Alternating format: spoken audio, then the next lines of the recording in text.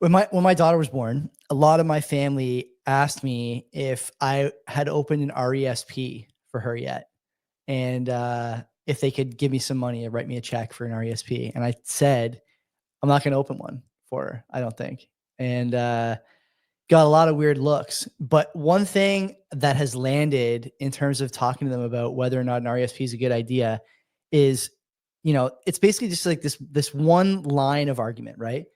The RESP is only available to you down the road, tax-free, if you go to an institution that's sanctioned by the Canadian government in terms of post-secondary value or whatever.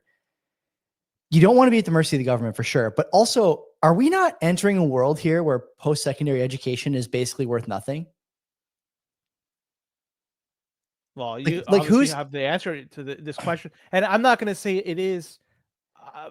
But it's not a sure enough thing to give away that money, not be able to access it for 18, 19 years, and I'm not going to talk about fucking stock market as opposed to buying Bitcoin, as opposed to buying like fucking anything. I would rather buy anything else in almost any other vehicle than open an RESP today. One could almost make an argument, and I'm not going to make this argument, but one could almost make an argument in RESP is an acceleration play, because you also get money from the government when there's a matching thing. I forget what it is. It's only a match if you use it in the way that they tell you have to.